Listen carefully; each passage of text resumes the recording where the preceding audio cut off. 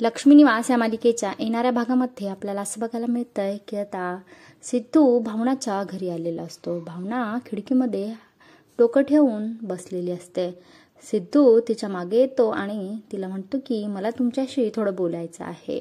तर सिद्धू आणि गाडी पाटील ही एकच व्यक्ती आहे आणि तो म्हणजे मी आहे।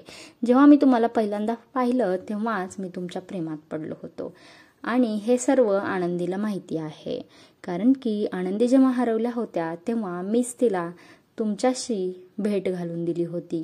त्यामुळं सिद्धू आणि गाडी पाटील मीच आहे।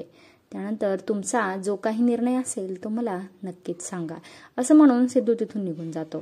तेवढ्यात भावना सिद्धूला कॉल करते आणि भावना म्हणते की मला तुम्हाला एक खूप आनंदाची बातमी सांगायची आहे। तर भावना आता सिद्धूला लग्नासाठी होकार देणार का, आणि भावना सुद्धा सिद्धूच्या प्रेमात पडलेली आहे, हेच तर भावनाला सांगायचं नाही ना। हे सर्व आपल्याला येणाऱ्या भागामध्ये पाहायला मिळेल।